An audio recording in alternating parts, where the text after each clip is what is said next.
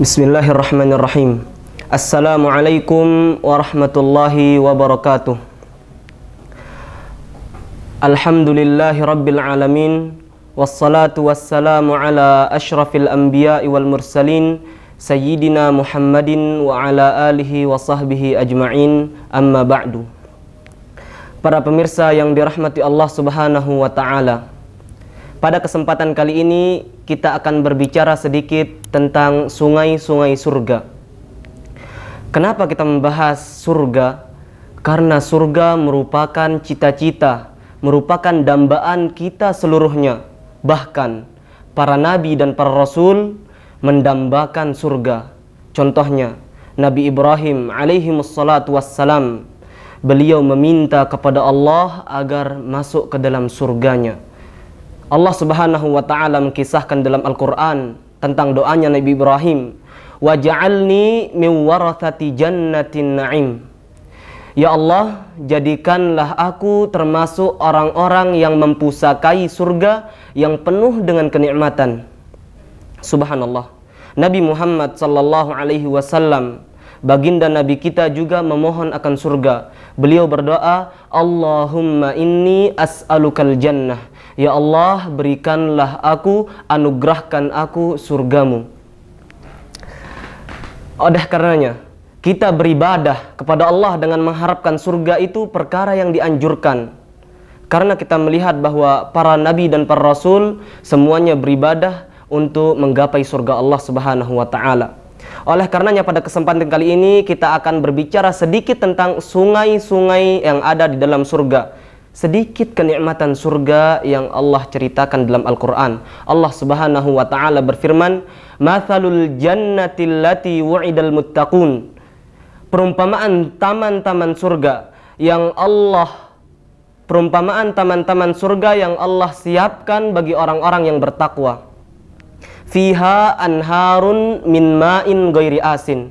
Yang pertama, di dalamnya terdapat sungai-sungai dari air putih yang tidak akan berubah aroma maupun rasanya. Subhanallah, beda sekali dengan sungai-sungai yang ada di dunia.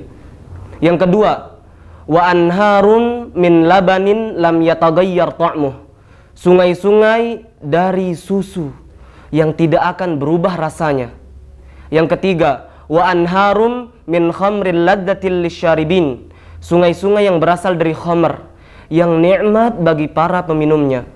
Yang keempat, wa anharun min asalim musaffa. Sungai-sungai yang mengalir dari madu. Madu-madu yang murni. Kita perhatikan di dalam ayat ini Allah subhanahu wa ta'ala menyebutkan 4 jenis sungai. Dan Allah menafikan segala kekurangan. Allah menafikan segala kecacatan dari sungai-sungai tersebut. Yang pertama, sungai dari air. Kita melihat sungai-sungai di dunia. Ketika sungai tersebut semakin jauh dari sumbernya, ia akan berubah.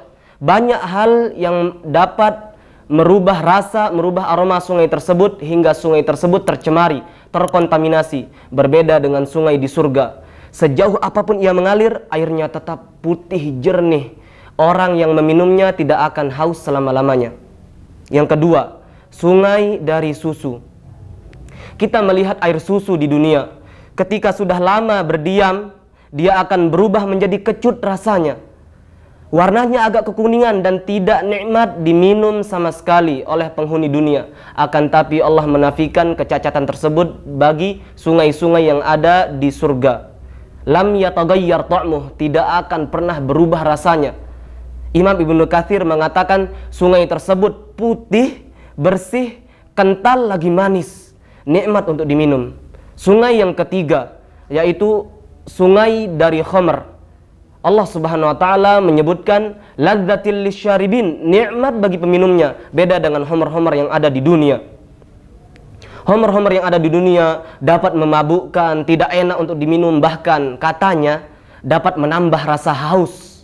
Subhanallah, beda jauh antara khamr yang ada di dunia dan khamr yang ada di akhirat. Dan itu tidak bisa kita bayangkan. Yang ketiga, sungai dari madu. Yang mana kita di dunia sulit untuk dapat madu, harus berusaha mencari madu. Akan tapi di akhirat kelak sungainya mengalir full madu. Madu yang murni, musaffa, yang murni lagi asli, nikmat.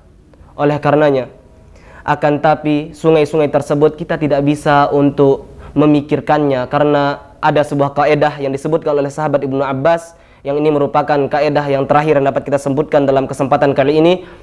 Kullu ma fid dunya, kullu ma fil akhirah, mimma fid dunya illal asma.